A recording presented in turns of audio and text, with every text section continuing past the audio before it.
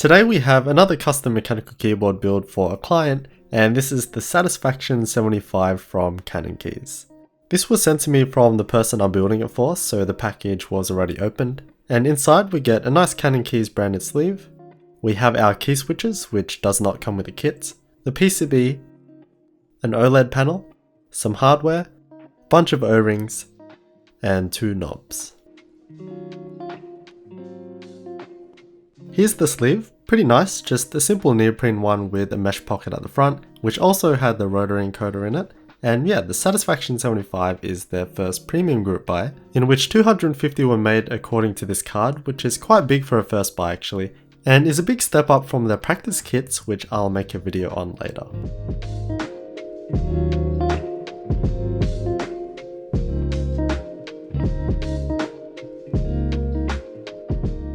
First impressions, everything looks in perfect condition. We can see some unique looking holes on the right side, which is exciting, but as always, before you do anything, chuck on the rubber feet so we don't scuff up the bottom. But let's take it apart to have a closer look.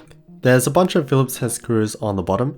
The bottom screws are fine for normal screwdrivers, but the remaining ones you will need a thin one to fit inside the holes.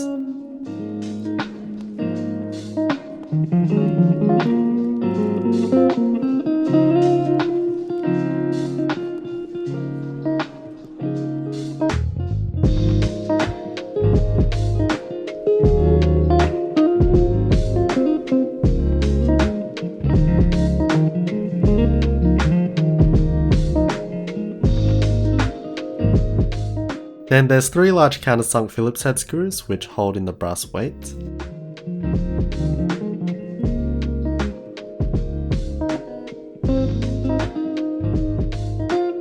And finally the plate is screwed to the top piece, meaning that it is a top mount design, which in theory should provide a more even typing experience and also potentially provide a slightly harsh bottom out in comparison to a typical tray mount design which has the standoffs on the base.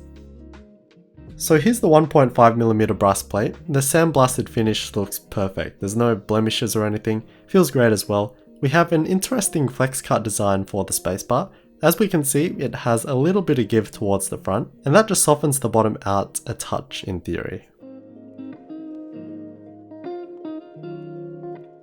Here's the top aluminium piece, looks sweet with the typical top mount design. So we have our screw holes for the plate, and the holes to attach the bottom to the top. We also have 4 positioning pins just to help with aligning a bit. The bottom aluminium piece is pretty simple. There's some recessed holes around the edge which just gives clearance for the screws, which we'll see when we get to the mounting, and also another rectangle recess in the bottom right which gives clearance for a button battery.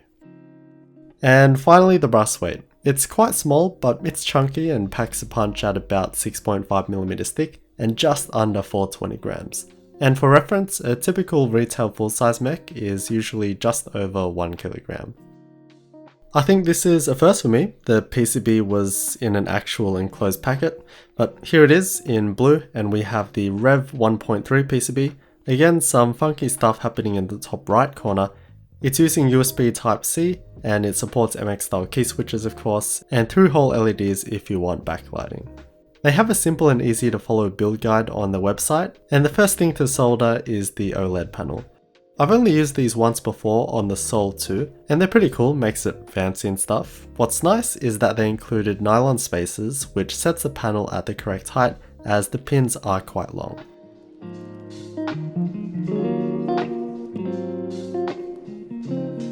So at first I did this the wrong way with the pins on the outside edge, so I had to desolder it and have another go. The best way to do it is to solder one far pin and adjust it until you get it right by reflowing the joint, and then do the same to the pin on the other end.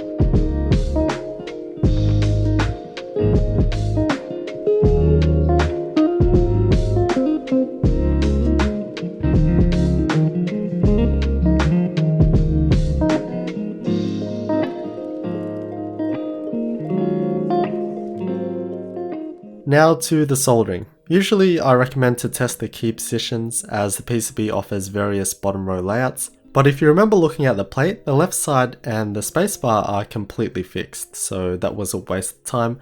Still a good habit to have though.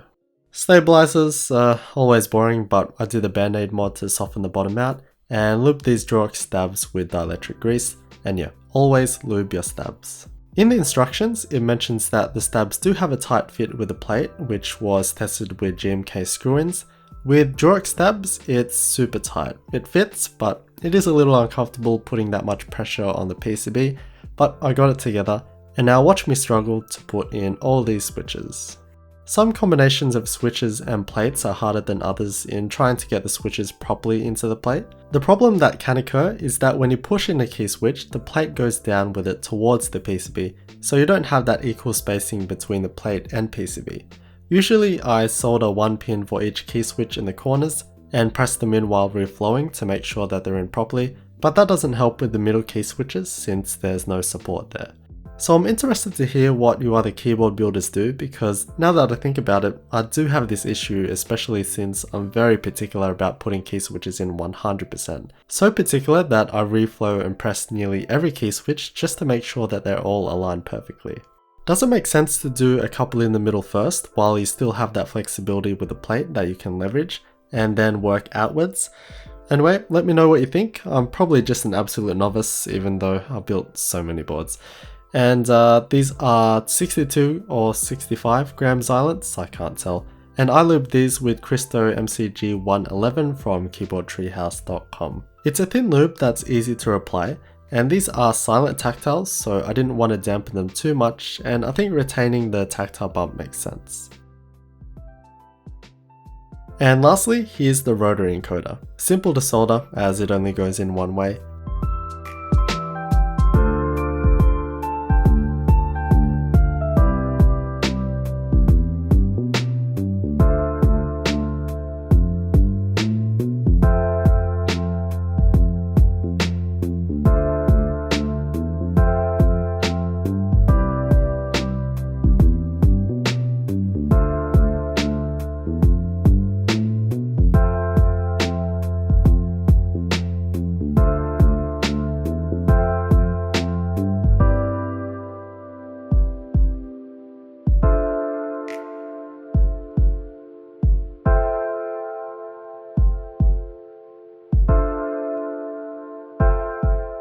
And in the end, you should have something that looks a little like this.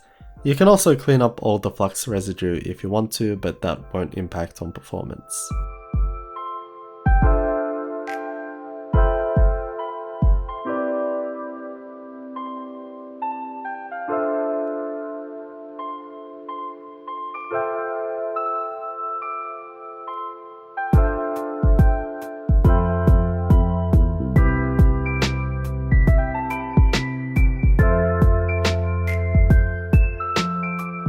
Interestingly, we replace all the silver Phillips head screws with these black cap or hex screws, but we need that extra length so we can use the O-rings.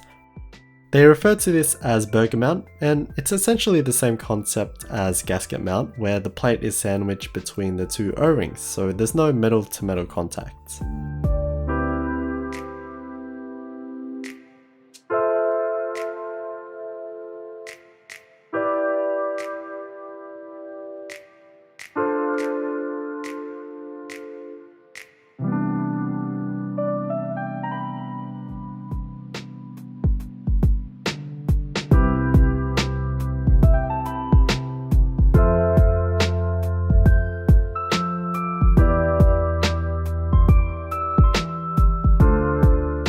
The black screws also replace the silver ones for screwing the two aluminium pieces together. Unfortunately for the two rear ones, they weren't gripping to the bottom. They were going in, but they didn't actually screw in, so I had to use the silver screws for those two spots, which worked just fine, and you can't see them anyway since it's so deep.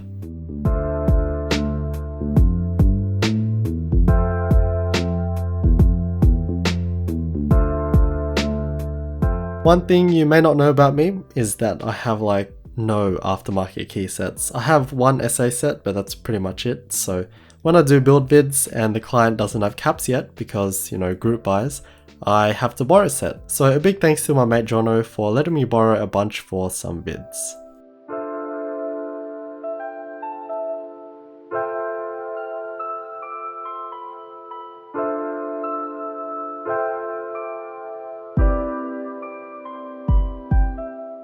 And the final touch, we have two knobs. Really difficult choice to be honest. The black and white does make perfect sense since it matches, but the gold is just something else and goes with the brass.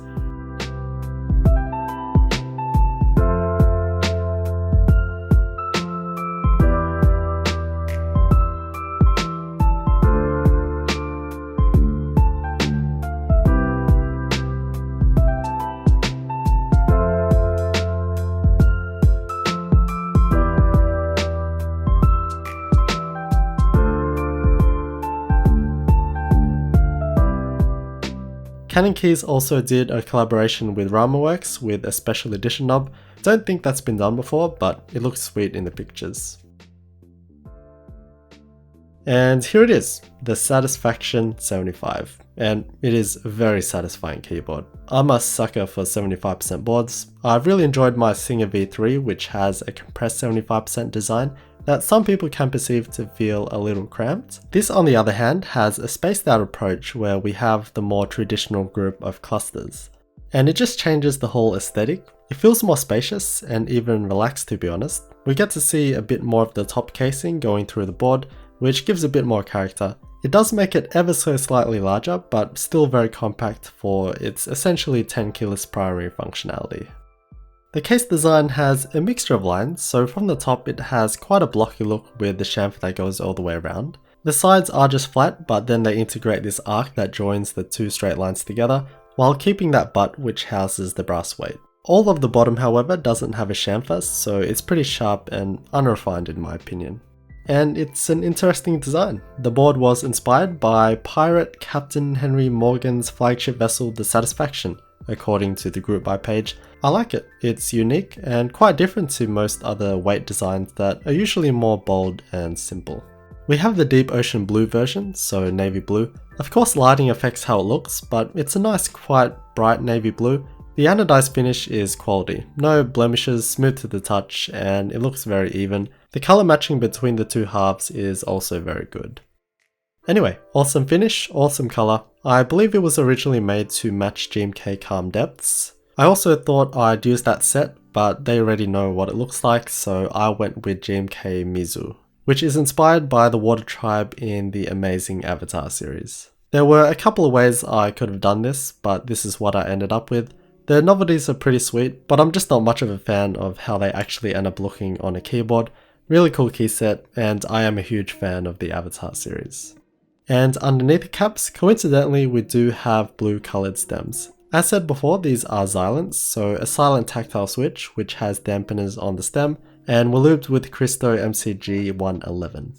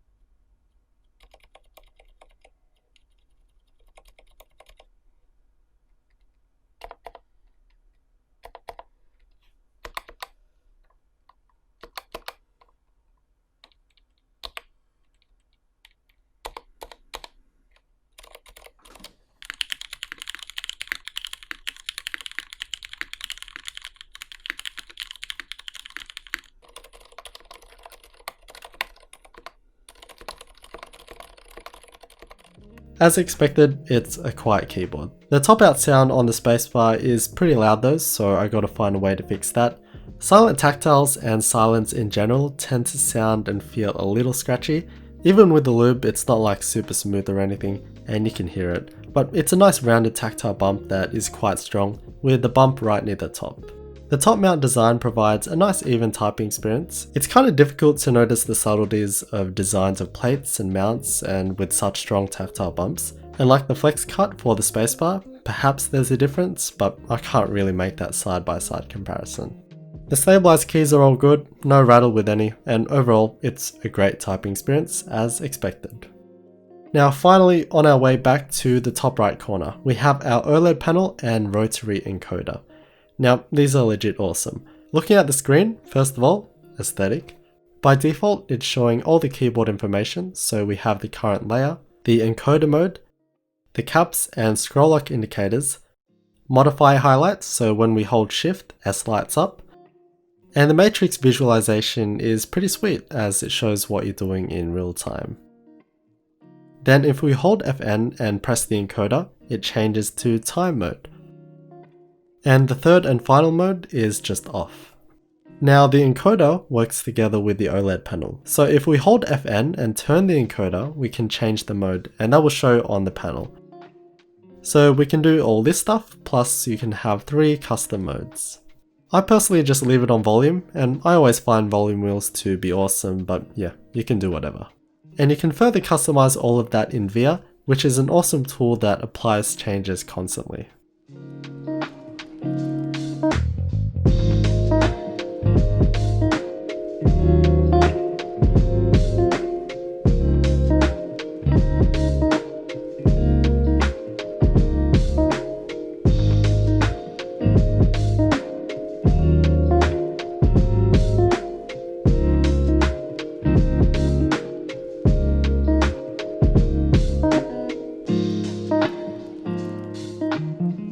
And that's it. I really enjoyed building and actually using this keyboard for a bit.